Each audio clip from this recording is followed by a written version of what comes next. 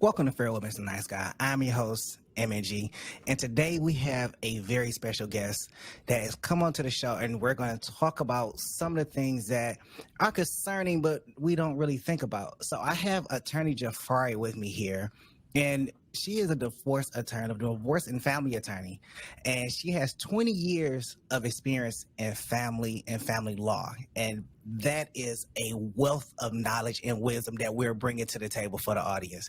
So I want to be able to allow her to give her the correct introduction.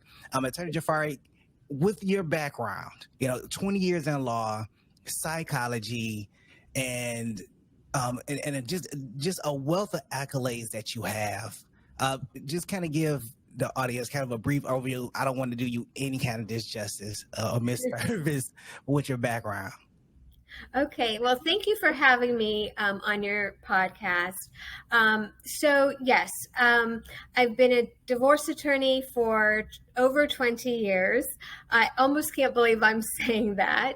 I have a psychology background, and that proves to be very important when you're dealing with families and high conflict, and especially, divorce, which is really one of the worst situations and life events that someone can go through. And I've also worked for the district attorney's office in Los Angeles, particularly with child abuse and molestation of minors. I've taught at NYU in their real estate program for a number of years. So yes, I'm very happy to, share my wealth of knowledge with your audience today. And we definitely appreciate having you on the show. And I would like to thank you for coming onto the show and having this conversation with us.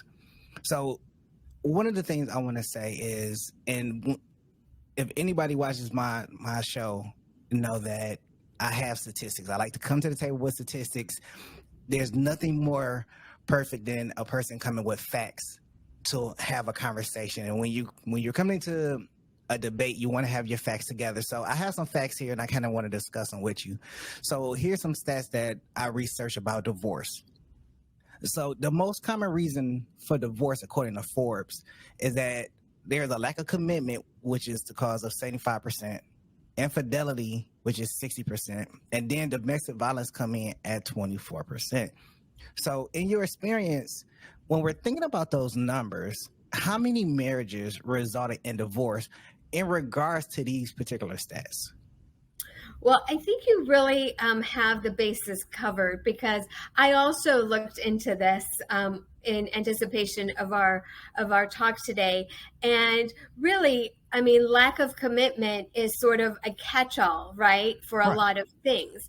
And so if you could remember your marriage vows, which is for better or for worse, in sickness and in health, for richer or for poor, right?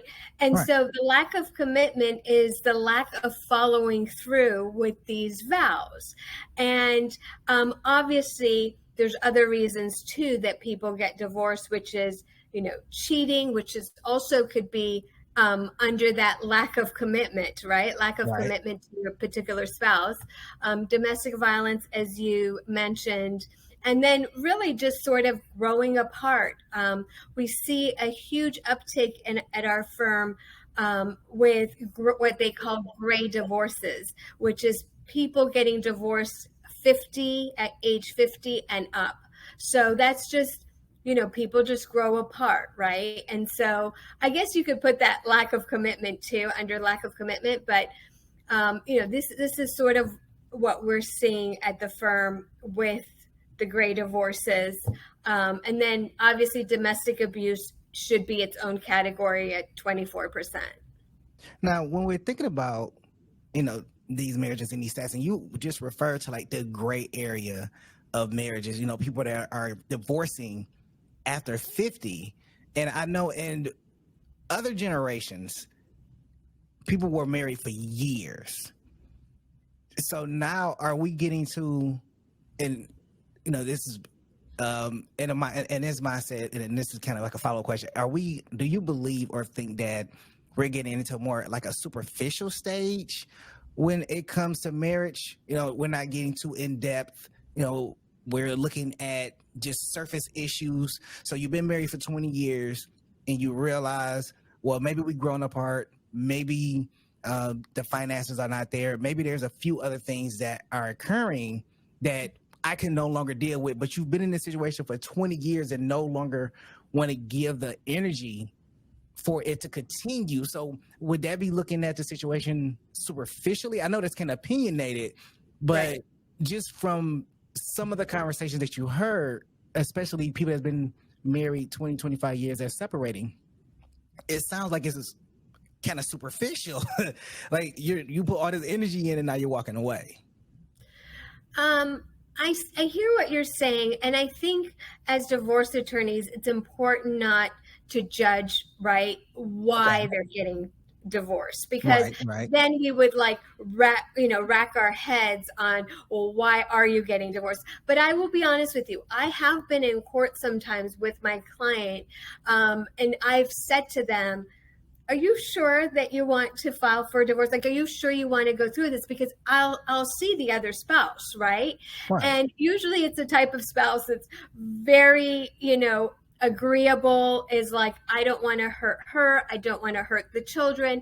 And being a divorce attorney, I mean, we've seen it all, right? And so I've told clients before, like, the grass is not greener on the other side, because sometimes when you've been married 20, 25 years, you're like, maybe I should take another shot at this, right? Yeah. And I've said that to them, and believe it or not, couples have reconciled because I've said that to them and said, you know what? The person you're divorcing is not a bad person. And so maybe with some counseling, maybe reading some books, maybe take some separation, but start to date again, because dating is really fun. Okay. And so they have gotten back together. So and I don't know that most divorce attorneys honestly would give that type of advice, but I do believe in, like, I tell everyone I'm a hopeful romantic myself, and I have a great marriage myself, and so why not, right? If I could give that or impart that type of wisdom to a client and say, you know what, take another look at this, type of thing. But to your point, I don't know if it's superficial necessarily. I just think that, like, our parents' age, their generation, they had that commitment, whether there was love or money or whatever there was lacking, it didn't matter. They had that commitment. And now that commitment seems to not be there. No, I like that response. I like that. And one of the things that I like that you said was that, you have a great marriage going on and you're imparting that wisdom on other people and other relations and other marriages. And that's great, because that is showing that, obviously you're leading by example and you're able to change these people's minds based on what you're seeing and what they're going through in a courtroom and in relationships. So before even getting to divorce, what are some proactive activities to avoid some of these pitfalls that's leading to divorce? Right. So obviously, having a psychology background, I believe in going to marriage counseling. I believe in individual counseling, which, people don't emphasize that enough. But when you have two people that go into a marriage that have unhealed trauma from their past or their childhood, you're going to run into problems, right? Because sometimes people go into marriage thinking the other person is their savior. Well, those marriages never work. They just never work, because you can't rely on another imperfect person to be the savior of the marriage, right? And so over time that builds resentment. So definitely the marriage counseling, individual counseling to work out your own issues and your own traumas is important. Really working as a team. I know that's what my husband and I do. We work as a team, right? So that's really important. Really, I think not becoming resentful. And that's just goes through communication. Obviously, I have a communications background, so it's not hard for me to go to my husband or even to my friends and say, I have a dispute with you. Like, how can we resolve this? Right. But a Right. lot of people, they lack the ability to just communicate, or they, get defensive. And, that never works in a relationship. So this is what I think. Marriage takes a lot of compromise, obviously trust, and communication. Now Wisdom we doesn't work. now I will agree that communication is one of the biggest things when it comes to the foundation of a relationship. And I realized that my communication wasn't the best. Okay. And it took me years to understand how communication works and how effective communication is. And not only is communication about speaking, but it's also about listening and having that active listening engaged in a conversation, especially when you're talking to your spouse, because some things can be said or body language could be shown and it's not conveying accurately what you're trying to interpret or what they're trying to tell you. So you have to kind of interpret the conversation because their communication may not be the best. So sometimes it requires listening to what they're trying to say to make sure it's like, okay, they're trying to tell me this, but maybe I'm not grasping. Let me ask a few more questions. A good friend of mine had told me that he had to learn this one rule, and he was like, well, I have to listen for understanding. And he was like, do you listen to understand? I was like, listen to understand. It's like, no, I don't listen to understand. Like, why am I listening to understand? But what is it like? Like, we're communicating. He's like, no, you gotta take your time, listen to understand before you respond. You gotta take in what they're saying, comprehend what they're saying before you go ahead and respond to what they said, because as you stated, it becomes more defensive. And when we become defensive, we lose the engagement of communication because we get into a back and forth. Right. And I'm sorry, go ahead. No, you're absolutely right. I'm listening. This is wisdom. This is really true. Yeah. So it took me a long time to understand that when it comes to communicating, we definitely have to work on ourselves to better communicate. We have to take in the listening part. We have to take in the understanding part. We have to be able to comprehend our partner before we engage in a conversation. And one thing that I like to do is, even in my spare time, I like to go to different seminars that talks about communication, that talks about relationships. I went to a seminar recently that was talking about communicating within a relationship and how to ask for how to make a request versus making a complaint. So you turn your complaint into a request. So instead of walking to a person and saying, or walking to your spouse and tell them, hey, you haven't did the dishes, why aren't you doing the dishes? I need you to do the dishes. Put it in form of a request like, hey, can you go ahead and do the dishes for me on these particular days because I have XYZ going on. And this kind of softens the blow of the conversation. This kind of softens the blow of the complaint, because now this is my request. This is the reason why I'm making this request. And then go further on. So I do really think that communication plays a dramatic role when it comes to being able to communicate with your partner. The other thing I would like to throw in there is trust. And I know a lot of people think trust and loyalty and communication, they're all separate, but I believe that they're all the same, because if I can communicate with you, then we should have a level of trust that goes along with it. And once trust is broken, then the communication is not there anymore, because I can't no longer trust what you say. They can no longer trust what you're saying, because now there's no trust, so the communication is gone. Yes, absolutely. So that's my thought on that. That is my perception of communication, and it took me a long time, just from my own personal experience. It took me a long time to understand that communication is such a big part of a relationship. And without communication, you lose a lot of the other pieces of the relationship.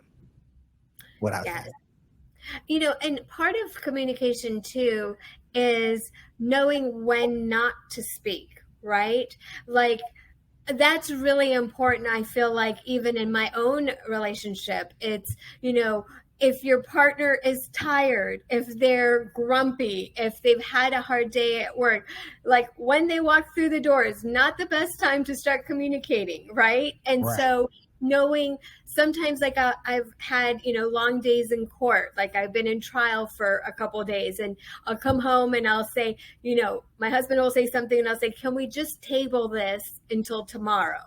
Like, I don't even have the words to communicate or think about this right now. So, but that, to your point, is part of communication, because knowing when to speak and saying, I just can't do it today. I have nothing to give to this conversation, but tomorrow we will address it, and then really addressing it tomorrow, not just putting it under the rug, right?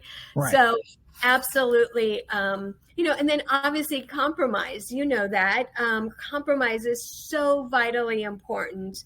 And it's just important to be respectful and compromise and know that you're not going to get your own way. I mean, if for people that are extremely selfish, Yes. marriage doesn't work, right? Because marriage is so much about compromise. And the funny thing about you mentioning compromise is that we actually recently just did a show about settling and compromising. And is compromising subjective? Is settling subjective? Just a whole narrative and idea of what is compromise and what is settling. And if you're compromising too many of your ideals and morals to be in a relationship, then you're subjecting yourself to losing your identity, or supposedly losing your identity in a relationship. And it's different for everybody. Some people feel like over compromise is good in a relationship because they're making strides or they're growing together. And then some people may look at it and say, no, that's incorrect. Because if I'm making a compromise, I shouldn't compromise who I am in order to be in a relationship. I should be genuine. I should be authentic. I should be able to be myself. And it's kind of difficult. It's kind of a thin line of understanding that whether you're compromising or you're settling in a relationship, because you could be settling for who a person may be versus, compromising on certain aspects in order to have a healthy and growing relationship. Right. But I don't know. Let me jump back off to that conversation. that was a long standing debate that we had on the last show. So my next question to you is, what are some challenges that husbands and fathers face when going through divorce proceedings? Now, some of the things that I know is in Michigan, some of the fathers and the guys I know that has gone through divorce proceedings, they've lost everything. They lost their house, they lost their car, they find themselves, living in their friend's basement, their mom's basement, their brother's basement. And I've heard all the stories, and it's traumatic as it sounds, because they were in love and it didn't work out for whatever the situation was, and they lost everything. Now, how can they protect themselves, from these challenges? Right. So, I'm going to say something that, a lot of people would not tell you. Okay. But we're going to be really frank, right, on this podcast. So there really is a general bias against husbands and fathers in family court. There just is. Okay. And statistically, fathers have to fight for custody and parenting time, whereas most mothers don't. Right. And so husbands and fathers are less likely to receive alimony and child support.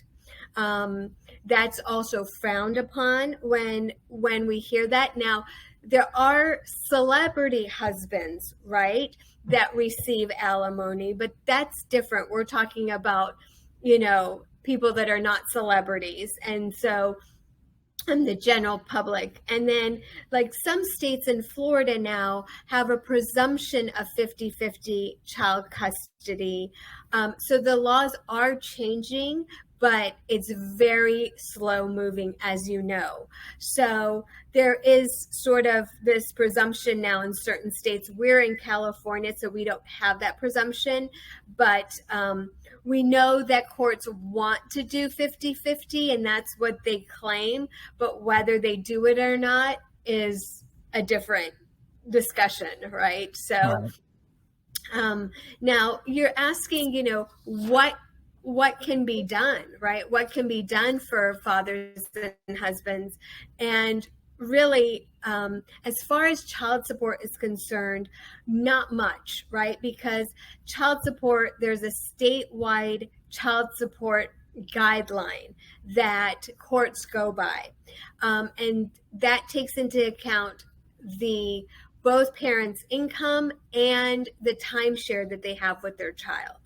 So there's not much wiggle room there, and it cannot be avoided, right? Because it's the law.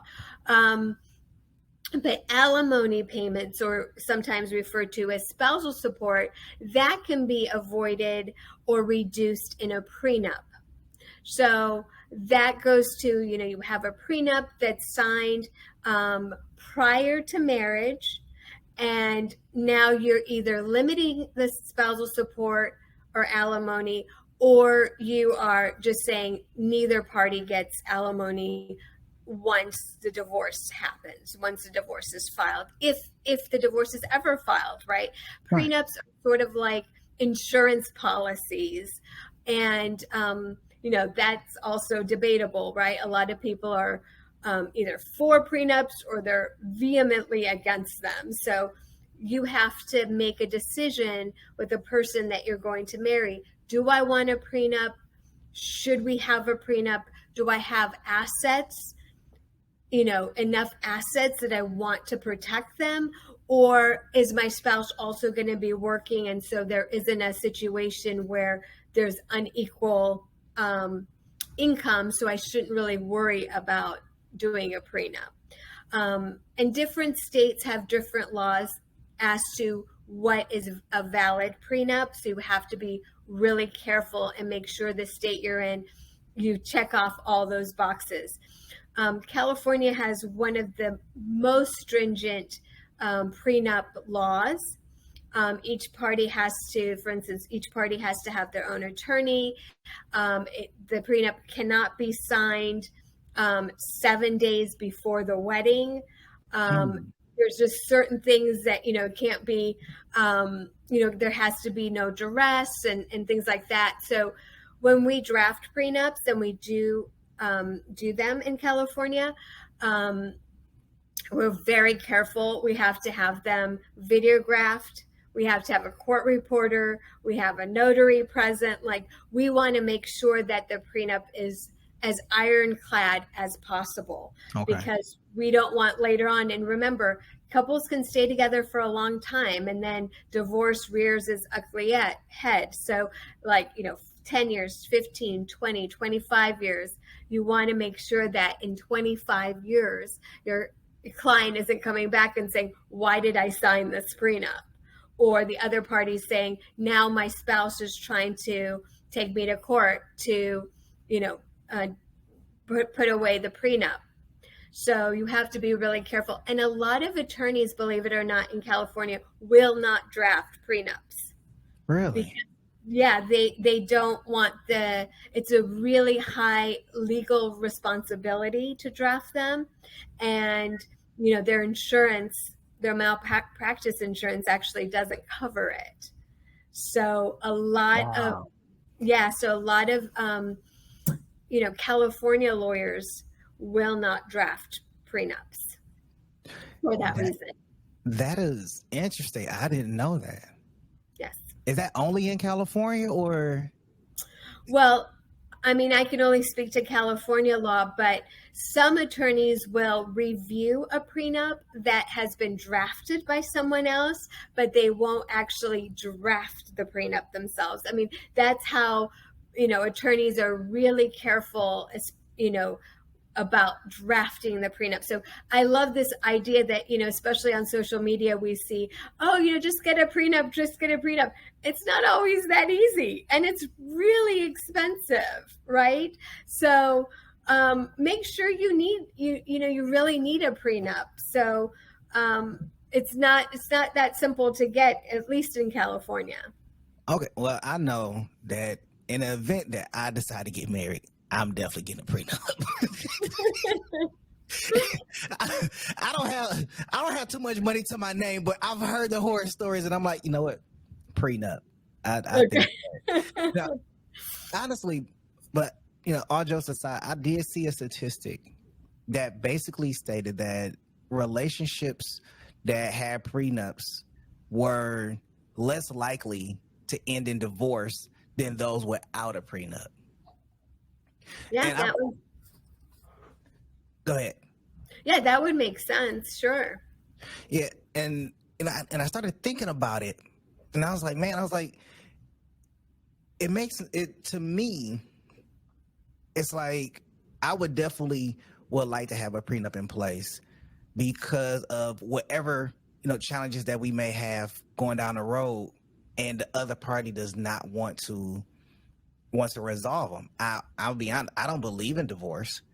It's probably why I'm not married now, because I don't believe in divorce, because I want to make sure that if I'm going to marry, I'm going to marry for the right reasons. I don't want to marry just so I can have somebody, or just so I just like this person, in 3 months we're walking down to get hitched and everything. I don't want to do that. I don't think that would be fair to myself or them. So, but I've met people that are actually in disagreements with prenups. They believe that the stigma with prenups is that they feel like that you're already creating a situation where you believe that the relationship is going to end before it even starts.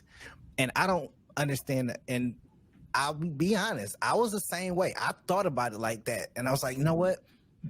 I think if I sign a prenup, then basically I'm telling her that the relationship is going to end, before it even begins. Because we signed this prenup, I can leave, and I can leave with all that stuff I want. I'm like, but you still got to go through the divorce proceeding. Sometimes it's quick, sometimes it's long. Yes.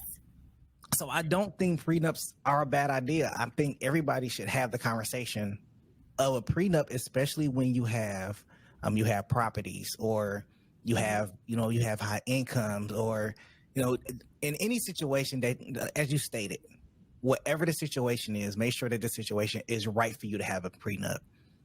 I do want to jump back to something that you had stated about, when you're in a marriage, have that, have a counselor.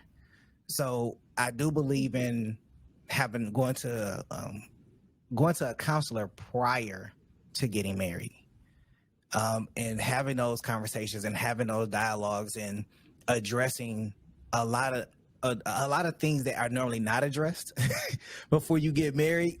Finances, if you having a blended family, how you plan on raising the kids. Some conversations, some people need a mediator to kind of be in the middle and kind of sort out some of those things. So, but yes, I do like that.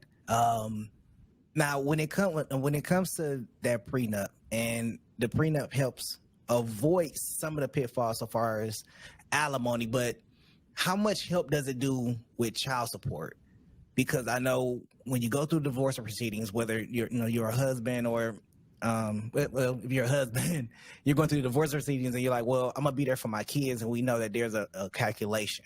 Okay, so I guess one of my questions is that calculation different from when you're married versus when you're just in a relationship? No. So the statewide child support guideline is the same, whether it's a paternity action when you're not married to the parent, or when you get a divorce. So it's the same, Right. whether you're just a paternity action or a divorce proceeding. And that, in California, obviously, that child support can't be included in the prenup. It's against public policy. And so, yes, even if you had a prenup, you'd have to figure out what the income is to base child support on. So that doesn't help you in our state. But you know what, I think, it's funny, like you and I have had a couple conversations, and you are, you've had your relationship, you have a child, you worked in the court system, you are about as educated as it comes to this topic. But I think what you're doing and what I'm trying to do as well is educate the public, right? Because they don't know, they don't have our experience. And so, I think the conversation should be had, would you sign a prenup? It doesn't mean that I'm forcing you to. It doesn't mean that if you don't sign it, I'm not marrying you. But at least let's have that conversation.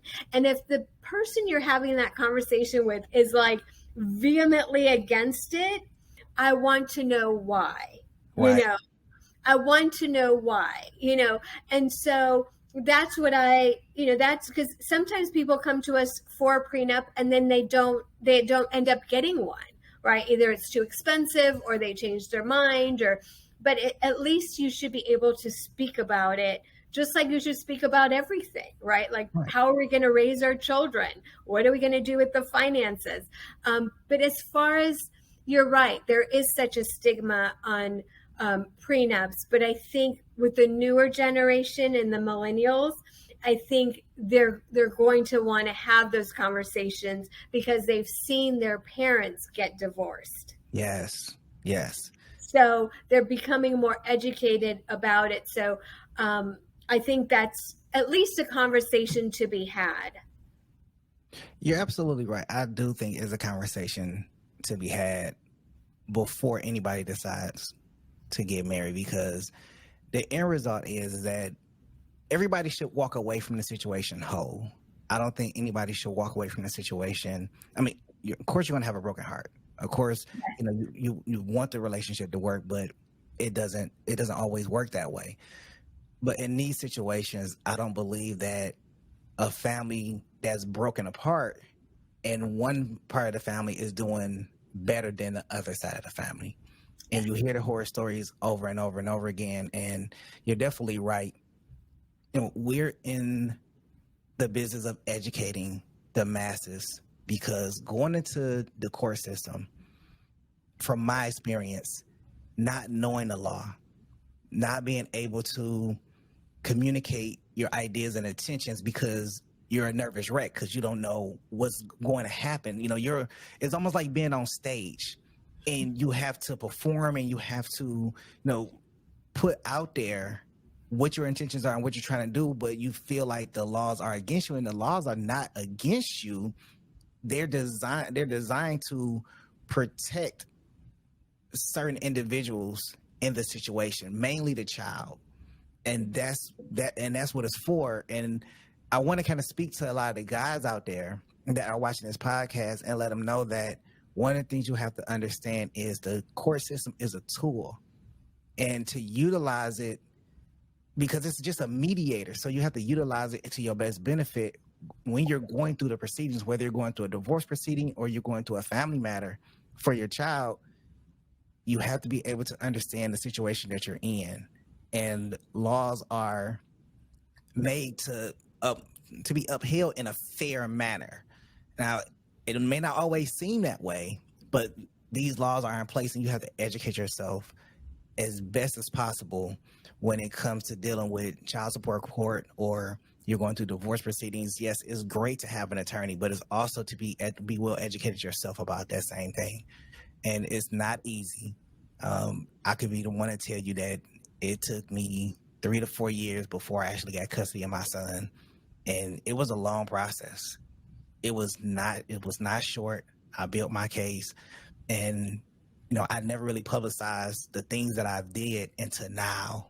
and now my son is 17. So we're talking about, 15, 16 years that I've had him in my custody, and the things that he's doing now is amazing. And I'm very proud of him, and I'm very proud of what I did with him and did for him. I don't know if he would have had them same opportunities had the decision went the other way.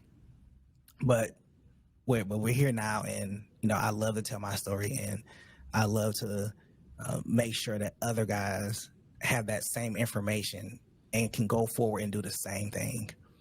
Like it's so beautiful. Yeah, so but I'm gonna get off my soapbox. I'm getting off the soapbox. I'm getting a little passionate over here. All right, so one of the other things that I want to talk about, because we talk about divorce, we talk about the prenups, and we talk about all those type of situations. But one of the stats that did stick out to me was domestic abuse.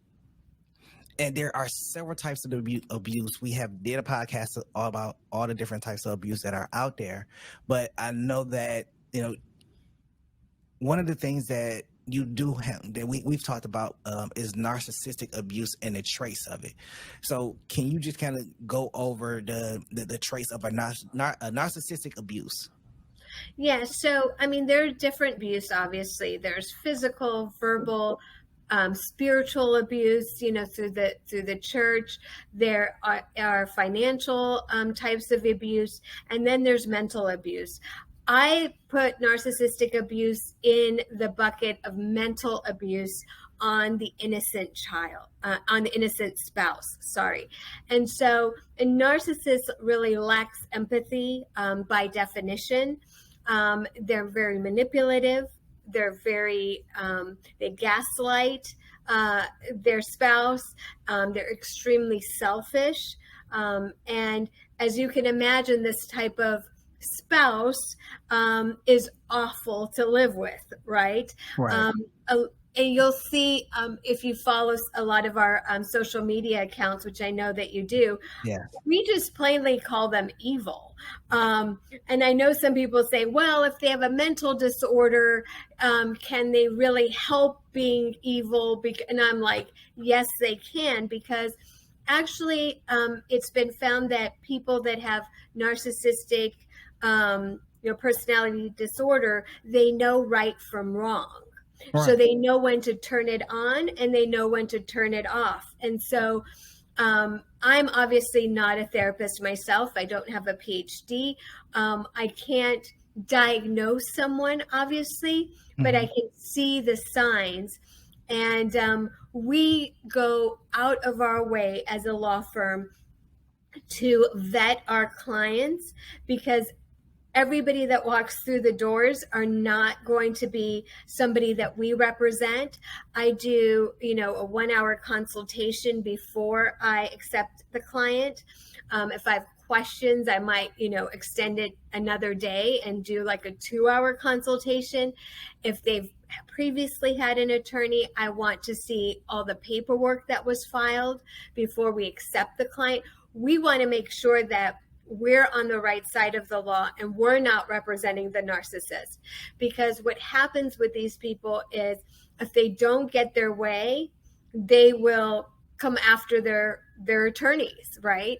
So we do a lot of vetting ahead of time. And so, I sort of get a lot of flack from these types of potential clients, because they keep saying like, why won't you accept my case? Why won't you accept it? And to be honest, after 21 years of practice, I have to go with my gut feeling.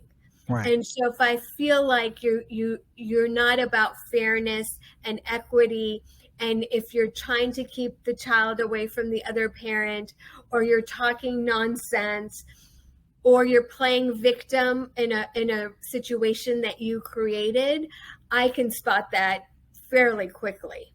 And so these people tend to be very charming. So, they do the love bombing in the beginning, and they're just so great in the beginning. They just give you that emotional high. But man, when they are done with you, they are so good at the discard, Yeah. And that's like what you were speaking about, some of these fathers that you've seen, living in the basement, living on people's couches because they have been taken to the cleaners. I would challenge you to see who their spouse was, because listen, we do mediations, we do collaborative law at our firm, right? Those are not the narcissistic spouses. Those are people that have just decided to separate for whatever reason, right? And they don't want, they actually care about the other parent. They actually care about their spouse. They're just saying like, this isn't right for me anymore. So you have to be really, really careful, even for us, to not accept these types of clients. And I have this one video that I did for social media where I say, make sure you date someone at least 4 seasons before you marry them, which is 1 year. Right. And actually what I wanted to say was make sure you date someone for at least 3 to 5 years before you marry them. And then I remember I was like, no one's going to listen to this advice. People don't want to hear that. They don't want to hear that. They want to hear like, it's like, the hopeless romantic, right? Yes. That's what gets people's like happy hormones going. So go ahead. I just reduced it to 4 seasons, but really you have to get to know the person. And your point was great. You said go to a therapist with your partner before you even get married. Like that is, I mean, imagine how many people would just walk away and say, you know what, I didn't know you had these 5 hidden issues, but for this therapy session or a couple therapy sessions. So it's difficult, it's difficult. And then the one thing that most people don't talk about, and I just want to make sure that we talk about it here, is that these narcissists usually will get narcissistic attorneys. And so, yes, I just saw your eyes get really big. So what happens is I tell my clients, you're fighting the narcissist, right? In family court and divorce court. I'm fighting the attorney who's also narcissistic or has narcissistic traits. So it's like we're both battling, but different people. They're on their side and we're on our side. So it becomes, like you said, it takes months and months and sometimes years, obviously, to get the divorce done and finally have the paperwork signed and get the people divorced. Because as you know, narcissists, they won't sign anything you put in front of them. No. They don't agree. They'll go to mediation only to waste your time and use that as a stall tactic. And these types of divorces take 2, 3, 5, and 9 years. The longest I've seen is 12 years. What? For a divorce? Yes. 12 years.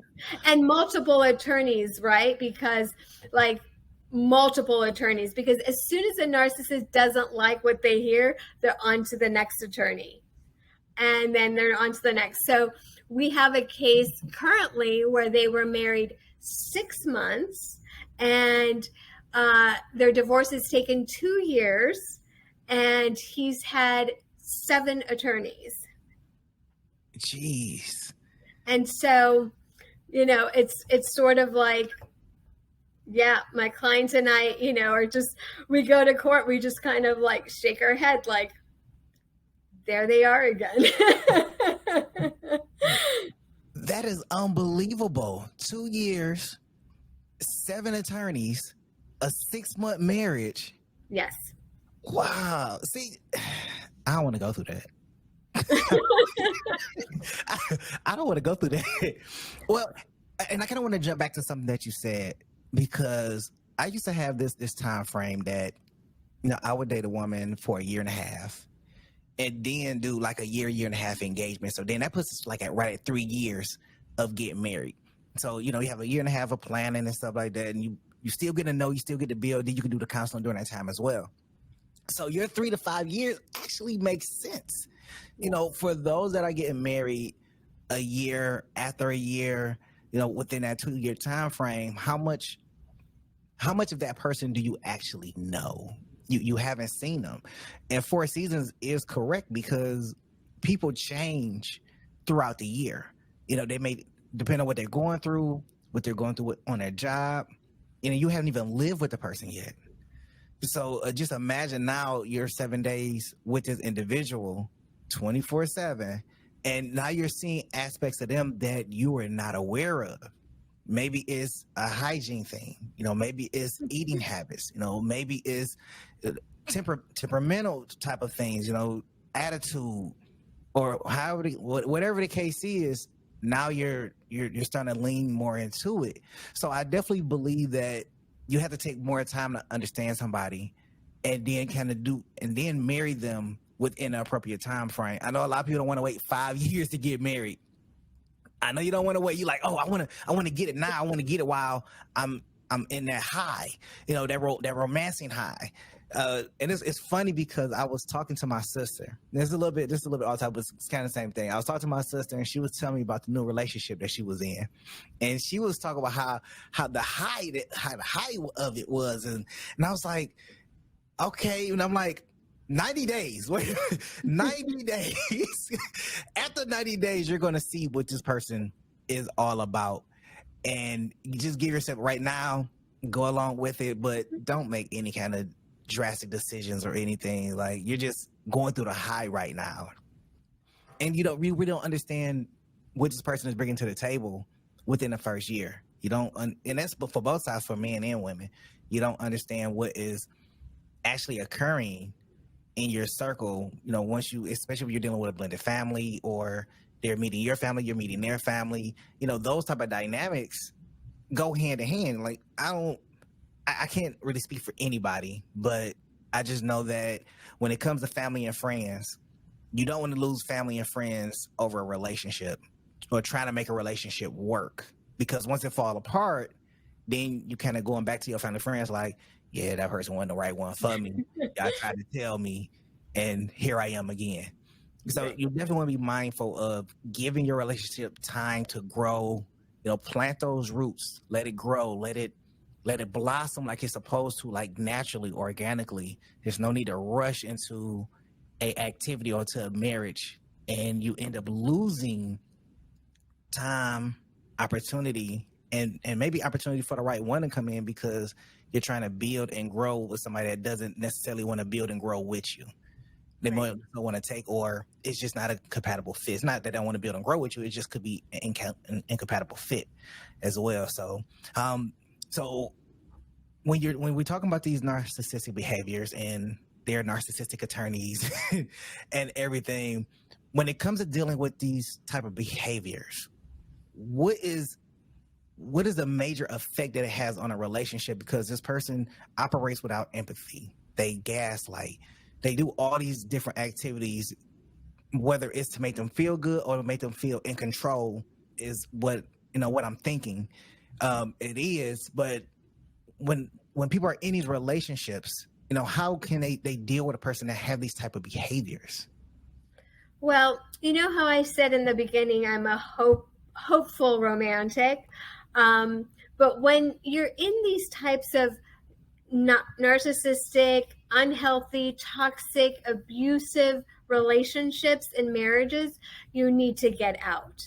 I mean, you just need to get out, right? These types of relationships will not go the distance. They just will not go the distance. And so you have to make sure that you get out of those relationships. Now, you might need time to prepare to get out. Mm-hmm. We know we have clients where, it's taken them years just to prepare to get out. And so we'll do like pre-divorce consultations with them, what they need to be doing in preparation for their escape. I call it an escape because you don't actually leave a narcissist, you have to escape them. You're sort of like a prisoner, right? So you get out of those relationships, get out of those marriages, because you're going to have to at some point. Right. And then if you're divorcing them and you're in the middle of a divorce, you want to make sure that you're documenting everything. Take videos, take pictures, keep a detailed journal of, with your child, like when they pick up your child, when they drop them off. Make sure everything is journaled. You want to make sure to get on a parenting app, which I believe every state has. Our state has Talking Parents or Our Family Wizard, to make sure that all communication between you and the other spouse and your co-parent, your spouse, is on that app. Mm-hmm. And then the judge can obviously read that. You can print that out, present it as evidence. It's better than text messaging. Courts love these apps, by the way. And then the one thing that we tell our clients is you need to keep your side of the street clean, especially when you're divorcing a narcissist, because anything that you do, they will put a big spotlight on it and a magnifying glass on it. So you have to make sure to keep your side of the street clean, because you're dealing with sort of a mentally ill person on the other end of the table. So they're gonna lie about you anyway, but let's not give them reason to lie. And then now we have to prove that you're actually the innocent one. Like, no, we want to make sure to keep your side of the street clean. Do not retaliate. I just say, stay away from them. Let me be, like, you trusted me to be your attorney. Let me do all that. Let me take the shots from their attorney. You just keep your side of the street clean. Spend as much time with your child, document, journal. It's really vitally important, because later on that'll become evidence for the court of law.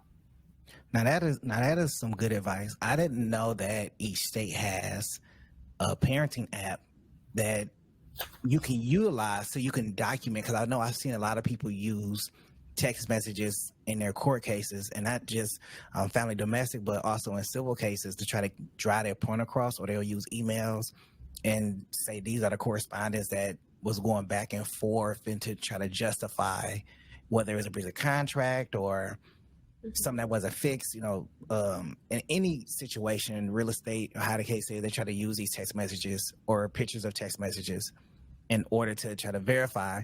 But my question always with that is, how can you verify something if somebody on the other side has to verify that it's their phone number? They can easily say, no, that's not my number. Right. So what we suggest is take their name out and then just reveal what the number is. And then once they're on the stand, you can ask them, like, is this your number? And because a lot of people will put their name, and so they'll put like dad or co-parent or whatever, right, or something derogatory. But just put take the name out, and then that way they'll see just the number, and then you can ask them, is this your number? And if they lie, then obviously you go get the phone records. You can go all that route too. Right. The phone records, but. So that's just a couple of things that we tell our clients, especially with high conflict clients. You want to make sure that you document. Most important thing that your audience should hear today is to document as much as possible in a high conflict, either parenting case or a divorce case. And that is absolutely correct. My thing with, even for my child support case that I had to go through, it was consistent documentation. It was consistent conversations. Writing down the schedule, when she picked them up, when she dropped them off, if she canceled this weekend, was she following the parenting order? Even before my son got into my custody, there was a lot of things that was happening up into the courthouse, up into the court date.